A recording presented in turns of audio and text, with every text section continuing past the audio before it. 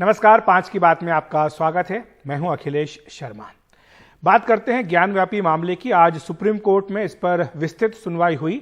आपको बता दें कि सुप्रीम कोर्ट में अब गर्मियों की छुट्टियां हो गई हैं और इसीलिए आज ये जो सुनवाई थी काफ़ी महत्वपूर्ण मानी गई। इसमें अब सुप्रीम कोर्ट ने आदेश दिया है कि मामला जो पूरा है उसे वाराणसी के जिला जज सुनवाई उसकी करेंगे।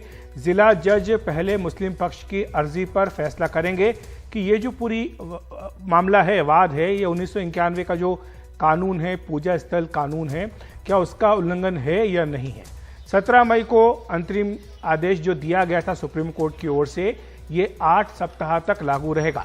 इस अंतरिम आदेश में आपको बता दें कि सुप्रीम कोर्ट ने कहा था कि जहां शिवलिंग मिलने का दावा किया गया यानी वजूखाना, उसको सुरक्षित किया जाएगा और नमाज जो है वो बदस्तूर जारी रहेगी, उसमें कहीं कोई रुकावट नहीं आएगी। उसको लेकर जो पाबंदी लोकल कोर्ट की ओर से लगाई गई थी उसको हटा दिया गया था। सुप्रीम कोर्ट ने 17 मई को शिवलिंग को संरक्षित करने और नमाज की इजाजत दी थी और वजू की व्यवस्था डीएम कर चुके हैं। एक बार याचिकाकर्ताओं से भी मशविरा कर समुचित इंतजाम करें, यह सुप्रीम कोर्ट ने कहा है।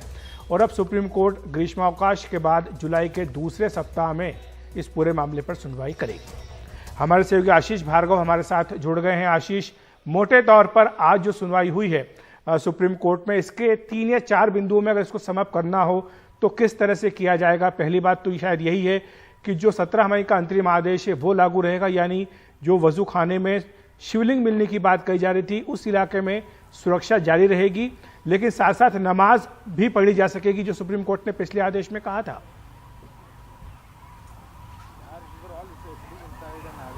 जी बिल्कुल, देखिए अखिलेश, एक ऐसा फैसला है जिसको हम समझाना चाहेंगे आम दर्शकों को कि आज का दिन शुक्रवार का दिन है और जिस तरीके से जुम्मे की नमाज वहाँ पर हुई है, जिस तरीके से मस्जिद कमेटी ने कहा था कि लोग कोशिश करें कम से कम आए क्योंकि वजू खाने में वहाँ इंतज़ाम नहीं है, वो इलाका सील है, वो उसी तरह का आदेश जो है सुप्रीम कोर्ट का 17 मई का जारी रहेगा। यानी वजू खाने का जो क्षेत्र है जहाँ शिवलिंग मिला है वो क्षेत्र उस पर वो सील रहेगा, लेकिन मुस्लिम समुदाय के लोगों को नमाज पढ़ने से प्रतिबंधित नहीं किया जाएगा, ये सुप्रीम कोर्ट का आदेश था। लेकिन जब वजू खाना सील है तो वहाँ पर दिक्कत है। यही मुस्लिम पक्ष बार बार कह रहा था कि आप सिर्फ बीच के हिस्से को वजू खाने के सील कर दीजिए, लेकिन सुप्रीम कोर्ट ने इनकार कर दिया कि हमारे पास फ़ोटो भी नहीं है, सर्वे रिपोर्ट भी नहीं है, हम ये तस्वीरें नहीं हैं, हम ये नहीं कर सकते हैं, तो लिहाजा पूरा इलाका सील रहेगा। क्योंकि बार बार उत्तर प्रदेश सरकार की तरफ से सॉलिसिटर तुषार मेहता कह रहे थे कि लॉ एंड ऑर्डर का मामला है, इससे दिक्कत हो सकती है। तो पहली बात सबसे अहम ये कि जो मुस्लिम पक्ष यहाँ पर आया था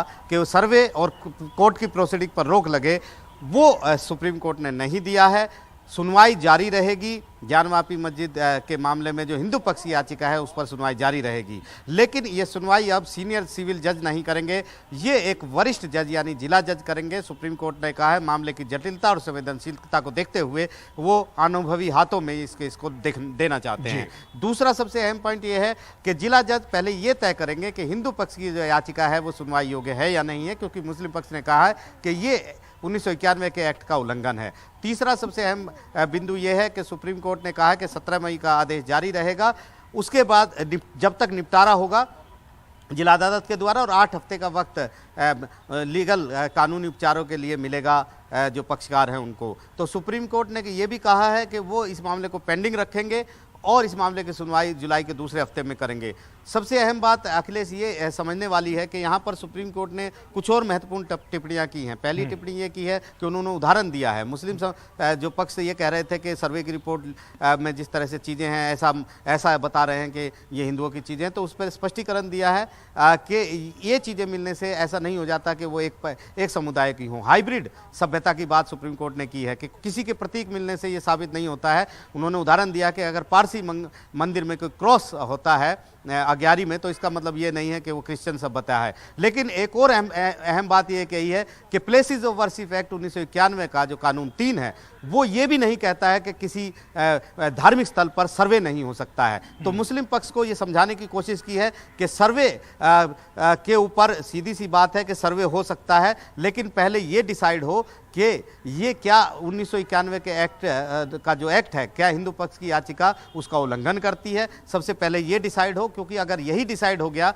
कि ये उल्लंघन करती है और मुस्लिम पक्ष की बात जिला अदालत ने मान ली, तो फिर सर्वे और उसके आगे की जो कार्रवाई है वो अपने आप निष्प्रभावी हो जाएगी, ये सुप्रीम कोर्ट का मानना था। तो काफी अहम सुनवाई ये है। तो पहले ये डिसाइड होगा कि हिंदू पक्ष की जो याचिका है वो सुनवाई योग्य है या नहीं है, वो 1991 के जो पूजा स्थल कानून है उसका उल्लंघन है या नहीं है, उसके बाद ये कार्रवाई आगे बढ़ेगी। लेकिन इस छोटी सी चीज में, इस आदेश में अगर समझने वाली चीज ये है कि एक तरह की यथास्थिति बरकरार रहेगी, वजू खाना सील रहेगा वहां पर। सर्वे को लेकर आगे अभी कुछ नहीं होगा, पहले ये डिसाइड होगा, मेंटेनेबिलिटी पे डिसाइड होगा सुनवाई योग्य है या नहीं है।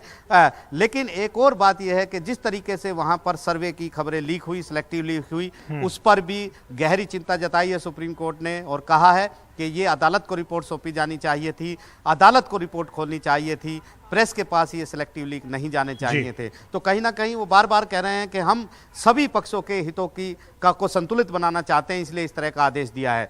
किसी भी तरह के हमारे साथ बने रहिए, हमारे साथ कुछ कार्रवाई पर रोक लगाने से आशीष, हमारे साथ कुछ मेहमान भी जुड़ गए इस खबर पर चर्चा करने के लिए। हमारे साथ सुमन चौहान हैं जो कि वकील सुप्रीम कोर्ट, आपका स्वागत है सुमन जी। और हेमंत अत्री जी वरिष्ठ पत्रकार भी हमारे साथ जुड़ गए हैं। सुमन जी, सबसे पहले मैं आपके पास आना चाहूंगा, जिस बात का जिक्र आशीष हमारे सहयोगी कर रहे थे कि अब जिला जज इस पूरे मामले की सुनवाई करेंगे, सबसे पहले तो वो हिंदू पक्ष की इसी याचिका पर सुनवाई करेंगे कि ये मेंटेनेबल भी है या नहीं, इस पर सुनवाई हो सकती है या नहीं हो सकती है। और साथ ही साथ जो बात कही जा रही थी मुस्लिम पक्ष की ओर से कि ये जो पूजा स्थल कानून है 1991 का, उसका उल्लंघन तो कहीं नहीं है। तो आपको लगता है कि अब जो मामला एक तरह से लोकल कोर्ट से, स्थानीय कोर्ट से हट करके जिला जज के पास चला गया है, तो अब इसमें ज्यादा सुप्रीम कोर्ट को लगता है कि ज्यादा मैच्योरिटी के साथ बातचीत हो पाएगी? जो सुप्रीम कोर्ट का जो आज का आदेश है उसके पीछे तो मंशा तो यही लगती है, क्योंकि उन्होंने शब्द यूज किए सीनियर एंड एक्सपीरियंस जज। तो कहीं ना कहीं सुप्रीम कोर्ट ये चाहता है कि जो भी ये मामला है वो एक्सपीरियंस जजेस के पास रहे और वो सीनियर मोस्ट हों, ऐसी भी मंशा रखी गई है। लेकिन मुझे ऐसा लगता है कि ऑर्डर 7 रूल 11 की जो एप्लीकेशन है उसको जो डिसाइड करने के लिए सुप्रीम कोर्ट ने कहा है, और ऑर्डर 7 रूल 11 मैं दर्शकों को थोड़ा सा बताना चाहती हूँ कि ये एप्लीकेशन उन केसेस में लग सकती है, जहां तक इस मामले की बात है, इस तरीके के केस में लग सकती है जहां डिफेंडेंट को ये लगता है कि जो प्लेंटिफ का सूट है या जो मामला डाला गया है या जो केस है वो किसी न किसी एक्ट से या कानून से बाढ़ है, खासकर इस मामले में। वैसे तो ऑर्डर 7 रूल 11 में और भी बहुत से ग्राउंड्स है जिस पर एप्लीकेशन लगती है, पर इस मामले में क्योंकि दूसरे पक्ष का कहना यह है कि ये वर्शिप एक्ट 1991 से बाढ़ है, तो इसलिए इस सूट को आगे नहीं चलना चाहिए, इस मामले को आगे नहीं चलना चाहिए। जी ठीक है। आपको लेना चाहूंगा हेमंत अत्री जी, जो टिप्पणी की गई सुप्रीम कोर्ट की ओर से पूजा स्थल कानून को लेकर, कहा गया कि एक हाइब्रिड कल्चर की बात होती है, साथ ही ये जो कानून है 1991 का जिसकी दुहाई बार बार दी जाती है, जिस पर आज सुनवाई के दौरान जज ने भी कहा कि जब अयोध्या का फैसला आया था तो उसमें भी इस कानून का जिक्र किया गया है, लेकिन इसमें यह भी कहा गया कि ये जो कानून है ये किसी भी जो धार्मिक स्थल है उसके चरित्र के बारे में डिफाइन करने के लिए, उसको तय करने के लिए किसी तरह की कार्रवाई को रोकता नहीं है। तो ये अपने आप में इस लिहाज से महत्वपूर्ण है कि जो पूरी सर्वे की कार्रवाई की गई उसको लेकर के कहीं भी कोई ऐतराज नहीं है, ऐसा इशारा मिलता है। अखिलेश जी, ये जो पूरा मामला है सुप्रीम कोर्ट ने इसकी पूरी संवेदनशीलता को समझा है, और ये बात भी सच है कि जिस तरह के टेम्पर्स हाई आजकल चल रहे हैं पूरे इलाके में, पूरे देश में, ऐसे में मैच्योरिटी के साथ फैसला और एक बैलेंसिंग एक्ट के तहत न्याय ना केवल हो बल्कि न्याय होता हुआ दिखे, तो सुप्रीम कोर्ट ने 2-3 बड़ी महत्वपूर्ण बातें, आज तीसरी सुनवाई थी एक हफ्ते के अंदर अंदर, और आज तो 51 मिनट हियरिंग चली है। तो अखिलेश जी, जो असली मुद्दा इसमें है वो ये है कि जो असली दिक्कत हुई वो लोअर कोर्ट की हियरिंग के दौरान उन्होंने पहली बात जब मेंटेनेबिलिटी को सूट के देखे बिना ही सीधा कोर्ट कमिश्नर अपॉइंट कर दिया, और अपॉइंटमेंट के बाद वो जो प्रोसेस है वो बड़ा सेंक्टिफाइड प्रोसेस है कि वो जो रिपोर्ट है कोर्ट कमिश्नर की सर्वे की वो कोर्ट के सामने ही खुलेगी, वो सीलबंद लिफाफा रहता है। इस केस में क्या हुआ कि वो सिलेक्टिव लीकेज हुआ, जिसके कारण कोर्ट कमिश्नर भी बदला गया और जिससे लॉ एंड ऑर्डर का एक इशू क्रिएट होने की आशंका बन गई थी। तो सुप्रीम कोर्ट ने पहले दिन से लेकर अब तक जो पूरा मेच्योर तरीके से इसको हैंडल किया है, बैलेंसिंग एक्ट किया है कि जहां कथित तौर पे शिवलिंग मिला है उसके एरिया को सुरक्षित किया जाए और नमाज भी जारी रहे। तो दोनों कहीं ना कहीं सूदिंग इफेक्ट है। प्लस जो आज कहा कि 8 हफ्ते के बाद हम सुनवाई करेंगे और तब तक जिला जज जो है बनारस के वो इस पे पूरी की पूरी हियरिंग खत्म करें। इसका मतलब सुप्रीम कोर्ट पूरे मामले की सेंसिटिविटी को समझते हुए, इसके तमाम जो प्रोज एंड कॉन्स हैं उनको समझते हुए एक मैच्योर डिसीजन पे जाना चाहता है और इसीलिए उन्होंने ये फैसला किया। ये स्वागत योग्य पहल है। मैं तो जी, असगर खान साहब भी हमारे साथ जुड़ गए हैं, सुप्रीम कोर्ट के वकील हैं। आपका स्वागत है एनडीटीवी इंडिया पर। खान साहब, आज जो मुस्लिम पक्ष की ओर से दलीलें दी गई उसमें यह भी दलील दी गई थी कि जो वजू खाना है उसका उपयोग करते रहने दिया जाना चाहिए, उसकी अनुमति मिलनी चाहिए। और साथ ही आपत्ति भी की गई कि जो 500 साल से चली हुई एक रिवायत है, वहाँ पर परंपरा है, उसका उल्लंघन किया गया क्योंकि यथास्थिति अब बरकरार नहीं रही है। जिस तरह से वजू खाने को सील करने का आदेश दिया गया, तो आज जो सुप्रीम कोर्ट का आदेश आया है, इसको किस तरह से आप देखते हैं कि जो लोअर कोर्ट थी उसके बजाय कहा गया कि जिला जज जो है वो सुनवाई करेंगे, साथ ही जो 17 मई का अंतरिम आदेश है उसको भी बरकरार रखा जाएगा? जी, जो भी सुप्रीम कोर्ट ने ऑर्डर किया है और बहुत ही सूझबूझ के साथ और बहुत ही बैलेंस करके, और बल्कि उसमें अलग से ये कहा कि इसमें बैलेंस बातों को भी लेके चलना है। बैलेंस की से मुराद भाईचारे की तरफ भी थी कि उसको भी हमें सब चीजों को ध्यान में रखना है। हालांकि साथ साथ ये भी कहा कि चूंकि डिस्ट्रिक्ट कोर्ट, सिविल डिस्ट्रिक्ट जज साहब वो एक्सपीरियंस है, वो ट्रायल कोर्ट है, वहां हमेशा ये केस होते रहते। बात है कि हाई कोर्ट और सुप्रीम कोर्ट अपीलिएट कोर्ट हैं, तो ये चूंकि ट्रायल का मामला है तो ये वहीं पर ही चले, उनके सुपर उसको कर दिया है। लेकिन नमाज को कहा कि नमाज जारी रहेगी और इस बात का ध्यान भी रखा जाए। आज जैसे जुमे की नमाज बहुत ज्यादा लोगों के साथ हुई, जो मुझे मालूमात हुई है, तो जाहिर बात है कि नमाज से पहले वजू मैंडेटरी है। या तो आदमी चाहे घर से करके आए या उसका वजू हो भी सकता है, लेकिन ज्यादातर चांस ये रहते हैं कि उसको नमाज से पहले वजू करना होता है। तो ये एक उसकी खास जरूरत है नमाज की, वजू के बिना नमाज होगी नहीं। तो उसके लिए भी उन्होंने डायरेक्शन दी है कि सारे इंतजाम रहें और वजू का इंतजाम किया जाए। अगर वो जगह जिसको हम फुआरा कह रहे हैं और दूसरे लोग शिवलिंग कह रहे हैं, तो जो भी है ये तो कोर्ट बाद में डिसाइड करेगी, लेकिन उसको फिलहाल एविडेंस बताओ, उसको सील कर दिया जाए। हालांकि अब जाहिर बात है कि बहुत सारी चीजें हैं, हम उन चीजों पे अभी फिलहाल नहीं जाना चाहते कि वो लोग चाहें कि ये शिवलिंग ही है, हम उसमें 10 सवाल खड़ा करें कि भाई शिवलिंग में छेद नहीं होता है, शिवलिंग सीमेंट का नहीं होता है, शिवलिंग एक पीस का बना होता है। ये बहुत सारी चीजें हम इस तरीके की अपनी दलीलें पेश करें, तो ये इस वक्त उस बहस का मुद्दा नहीं है, वो तो कोर्ट डिसाइड करेगी। क्योंकि ये सारी चीजें जो हम आपके सामने भी रख सकते हैं, वो कोर्ट के सामने भी रखी जाएंगी। कोर्ट डिसाइड करेगा कि वो शिवलिंग है या नहीं है। सवाल ये है कि 1969 से तकरीबन 600 साल से वहां नमाज हो रही है, मुगलों के वक्त से। तो मैं तो एक बहुत सारी देखिए कुछ चीजें ऐसी हैं, तो कोर्ट से रिलेटेड हमारी सब बातें हो रही हैं। जी, हम कोर्ट के ऊपर ही अपने आप को केंद्रित रखना चाह रहे हैं, क्योंकि जो भी फैसला है हम सब जानते हैं कि अदालत इस बारे में करेंगी। सुमन जी, मैं आपके पास आना चाहूंगा। कुछ और भी याचिकाएं थी कोर्ट के सामने, जो बनारस की कोर्ट है, जिसमें यह भी कहा गया था कि श्रृंगार गौरी मंदिर में पूजा अर्चना करने की अनुमति दी जाए। फिर बाद में जब शिवलिंग मिलने की बात सामने आई तो कहा गया कि जो नंदी के सामने की दीवार है उसको हटा दिया जाए। तो ये जो तमाम अर्जियां हैं जो लंबित हैं इस कोर्ट के सामने, इनका क्या होगा? क्या ये भी सब जिला जज के पास जाएंगी या फिर लोअर कोर्ट में इनको लेकर सुनवाई चलती रहेगी? इस बारे में कुछ स्पष्टता सामने आई है क्या? कि उसके बारे में तो अभी सिर्फ ज्ञानव्यापी मस्जिद का जो मामला था उसी को लेकर सुप्रीम कोर्ट जो है सुनवाई कर रही थी, और जो सर्वे रिपोर्ट आई उन सब चीजों को लेकर ये बात जो है सुप्रीम कोर्ट के संज्ञान में आई। लेकिन इसके अलावा जो केसेस चल रहे हैं उसको लेकर ऐसा कोई जनरल डायरेक्शन सुप्रीम कोर्ट ने नहीं दिया है। तो इस स्पेसिफिक केस में ही, ज्ञानव्यापी मामले में ही सुप्रीम कोर्ट का ये आदेश रहा है। और जहां तक अलग अलग एप्लीकेशंस और केसेस लगाने की बात है, तो मैं यहाँ दर्शकों को भी बताना चाहूंगी कि जब कभी भी हम इस तरीके के मुद्दों पर बहस करते हैं तो हमें ये मान लेना चाहिए कि कोर्ट में जाना, अर्जी दाखिल करना, केस लगाना, ये फंडामेंटल राइट है। इवन इफ चाहे कोई एक्ट, आपने जैसे कहा कि पूजा स्थल एक्ट 1991 की बात है, इसके अलावा ऐसे बहुत सारे एक्ट्स हैं, ऐसे बहुत सारे लीगल प्रोविजंस हैं जिनके खिलाफ जाकर भी लोग कोर्ट में अर्जी लगाते हैं, वो कोर्ट में एप्लीकेशंस दायर करते हैं। तो हम प्राइमा फेसी सबसे पहले ये ना मान लें कि कोई पक्ष अगर इस बात को लेकर सामने आया है तो वो गलत है। तो मेरा कहने का तात्पर्य यह है कि सबसे पहले हमें कानून का अपना जो रुख होता है, रूल ऑफ लॉ देखने का एक बहुत अच्छा मौका है।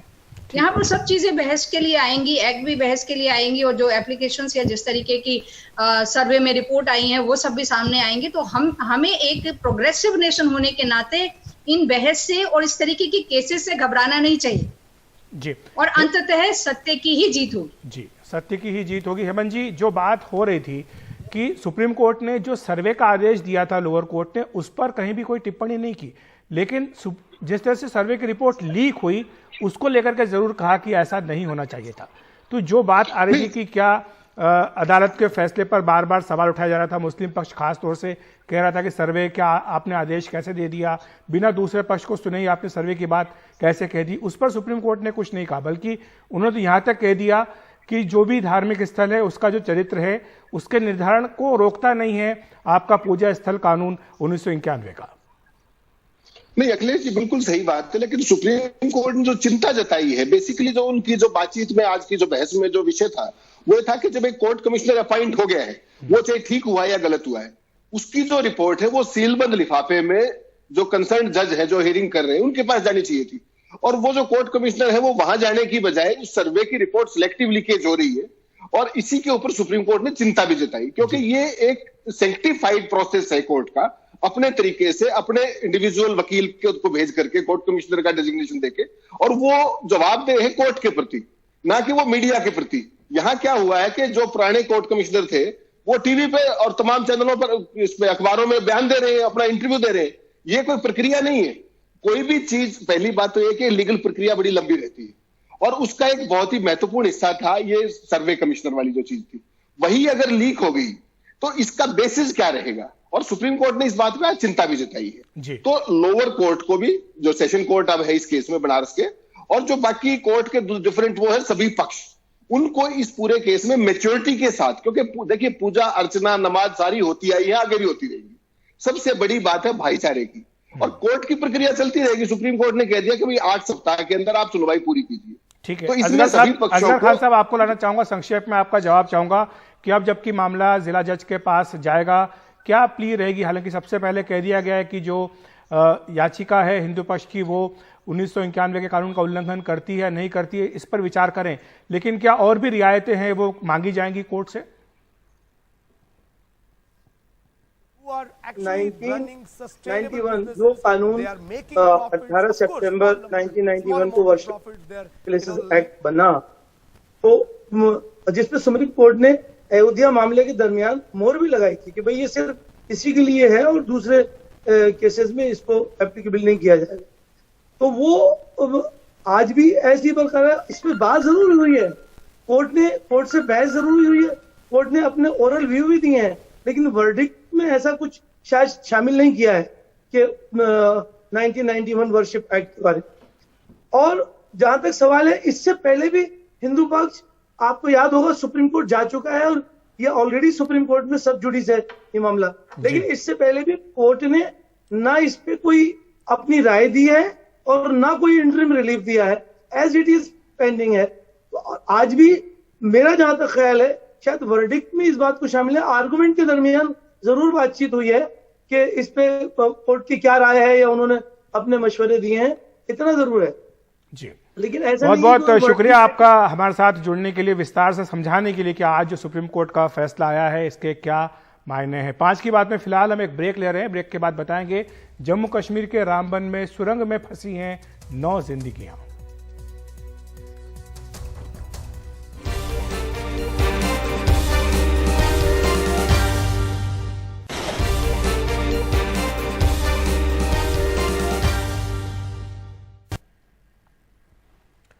जम्मू कश्मीर के रामबन में एक बार फिर से बड़ा हादसा हुआ है। आज सुबह यहां पर एक सुरंग धंस गई थी, जिसके बाद राहत और बचाव का कार्य चल रहा था, लेकिन इसके बाद आज एक पहाड़ का हिस्सा फिर से धंस गया। कल ही रामबन में बनी सुरंग का एक हिस्सा ढह गया था, और आपको बता दें कि सुरंग में अब भी 9 लोग फंसे हुए हैं, एक शव मिला है, और अब पहाड़ धंसने के चलते राहत और बचाव अभियान रोकना पड़ा है। ये सुरंग जम्मू श्रीनगर राष्ट्रीय राजमार्ग पर बन रही है।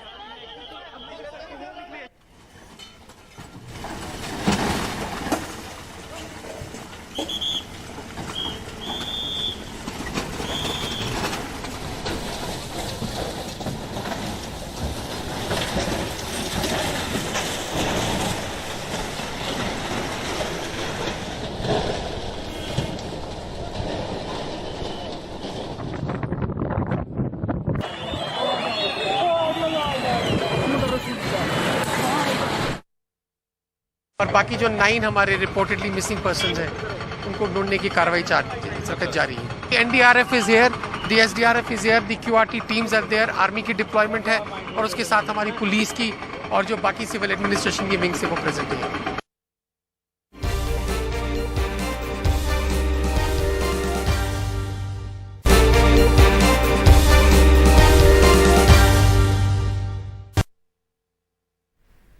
पंजाब कांग्रेस के नेता नवजोत सिंह सिद्धू ने आज पटियाला कोर्ट में सरेंडर कर दिया। कल सुप्रीम कोर्ट ने 34 साल पुराने रोड रेज मामले में अपने पुराने फैसले को पलटते हुए उन्हें 1 साल की जेल की सजा सुनाई थी। पहले उन्हें सिर्फ 1000 रुपए के जुर्माने पर छोड़ दिया गया था। इसके बाद सिद्धू के वकील ने सुप्रीम कोर्ट के सामने मोहलत के लिए मेंशन भी किया, लेकिन जज ने मुख्य न्यायाधीश के पास जाने को कहा, लेकिन मुख्य न्यायाधीश ने इसकी अनुमति नहीं दी और कहा कि वे रजिस्ट्री के पास जाकर पहले याचिका दें। हमारे सहयोगी मोहम्मद गजाली हमारे साथ जुड़ गए इस खबर पर चर्चा करने के लिए। मोहम्मद गजाली, कल जब सुप्रीम कोर्ट का फैसला आया था तब सिद्धू की प्रतिक्रिया आई थी ट्विटर के ऊपर।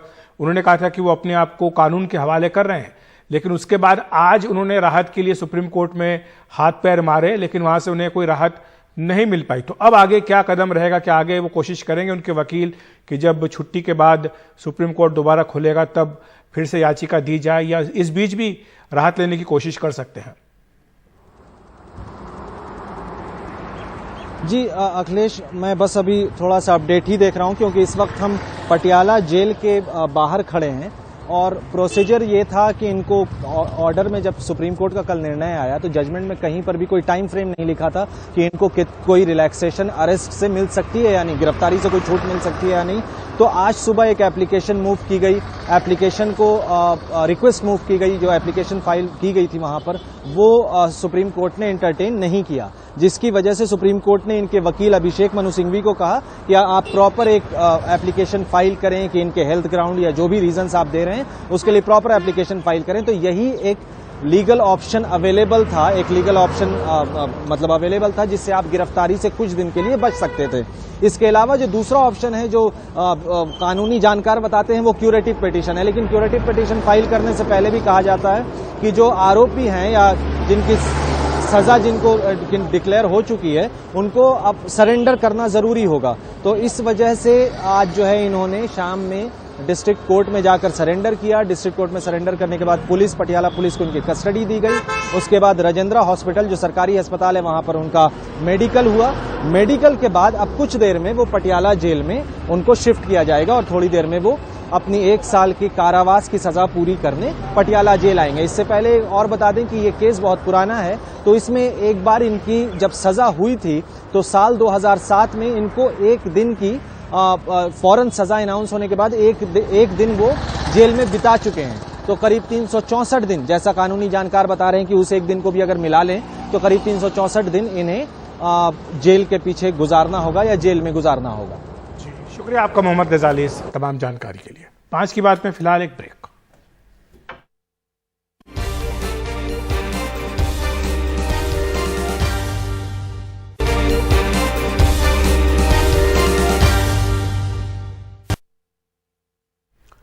बात करते हैं बीजेपी की। जयपुर में बीजेपी पदाधिकारियों को प्रधानमंत्री नरेंद्र मोदी ने आज जीत का मंत्र दिया। उन्होंने कहा कि हमें वंशवादी नहीं बल्कि विकासवाद की राजनीति करनी है। प्रधानमंत्री ने यह भी कहा कि जनता बीजेपी पर भरोसा करती है और हमें अगले 25 साल के विकास के लक्ष्य को लेकर जनता की उम्मीदों पर खरा उतरना है। प्रधानमंत्री ने विपक्ष पर निशाना साधते हुए कहा कि कुछ दल जाति धर्म के नाम पर लोगों को भड़काते हैं। ऐसे दलों से बीजेपी को सावधान रहने की जरूरत है। इस अमृत काल में हमारा ये भी संकल्प होना चाहिए कि देश को लोकतांत्रिक मूल्यों से जरा भी हटने नहीं देंगे, लोकतंत्र की रक्षा करेंगे और वंशवादी परिवारवादी शक्तियों को देश की जनता नकार दें, देश की जनता का हम विश्वास जीतेंगे।